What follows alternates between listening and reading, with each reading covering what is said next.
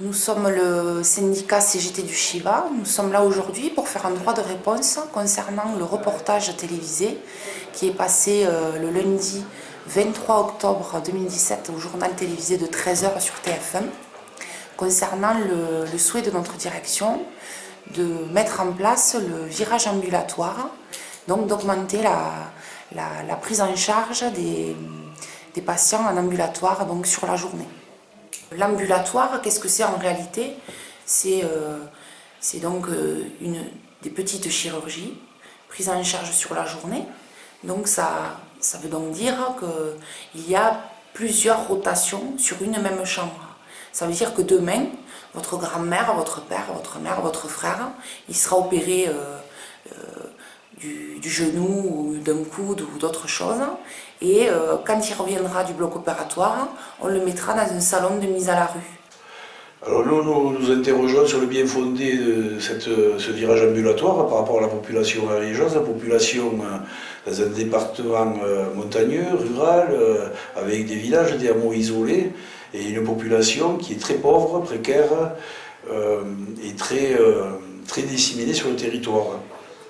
Effectivement, les directives ministérielles annoncées par Agnès Buzyn, ministre de la Santé, ces dernières semaines, tendent vers un objectif de prise en charge en chirurgie ambulatoire de 80%.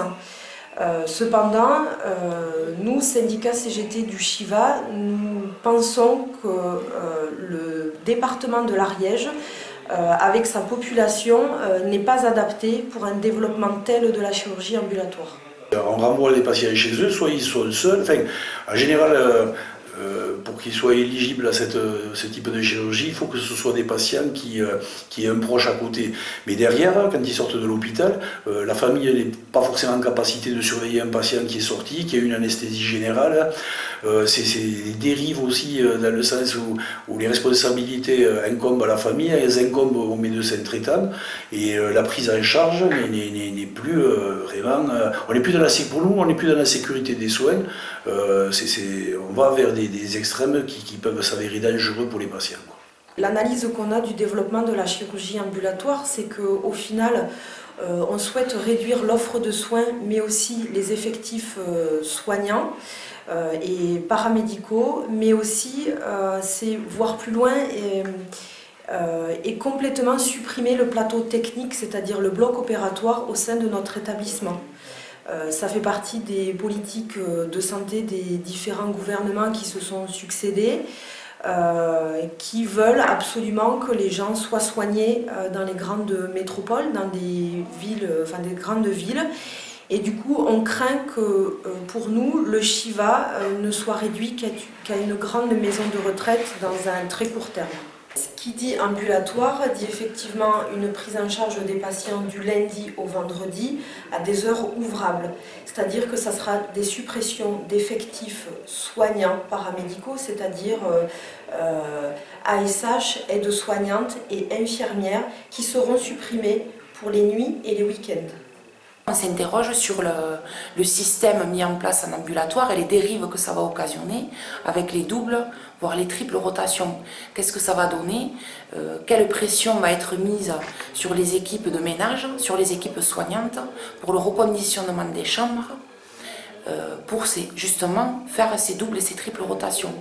Et nous tenions quand même à valoriser le travail de ces équipes qui, malgré les contraintes de plus en plus exigeantes qui leur sont imposées par la direction, réussissent quand même à effectuer des prises en charge de qualité et en toute sécurité grâce à un grand professionnalisme et un grand investissement personnel. Et cela, parfois, pour certains, au détriment de leur propre santé.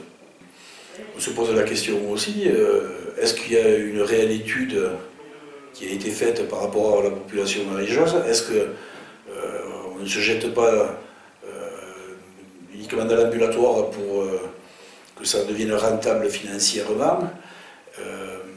Quels sont les objectifs de la direction? Ils ont été capables à ce jour de nous procurer un seul document sur une étude sur la morbidité ariégeoise, sur les pathologies, les spécialités qu'il faudrait adapter à cette population.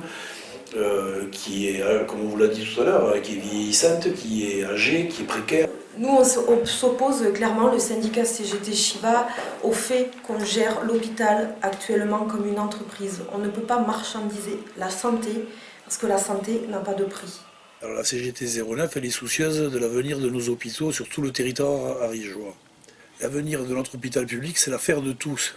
L'ensemble de la CGT, avec l'union départementale, les unions locales, l'ensemble de ces syndicats se rendront disponibles afin d'être aux côtés de la population, afin qu'on puisse en débattre et pour défendre l'hôpital public.